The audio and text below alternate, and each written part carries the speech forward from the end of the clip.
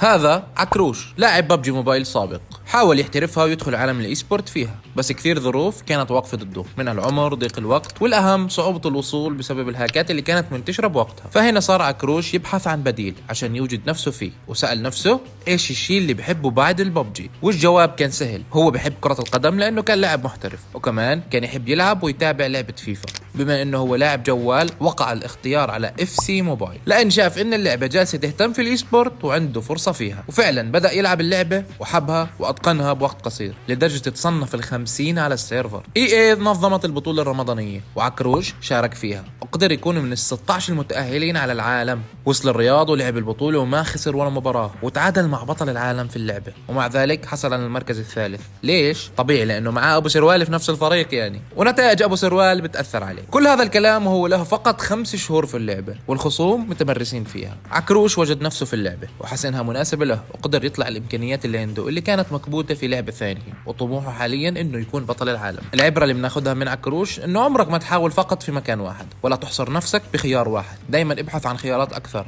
ابحث عن مكان تكتشف فيه نفسك وموهبتك.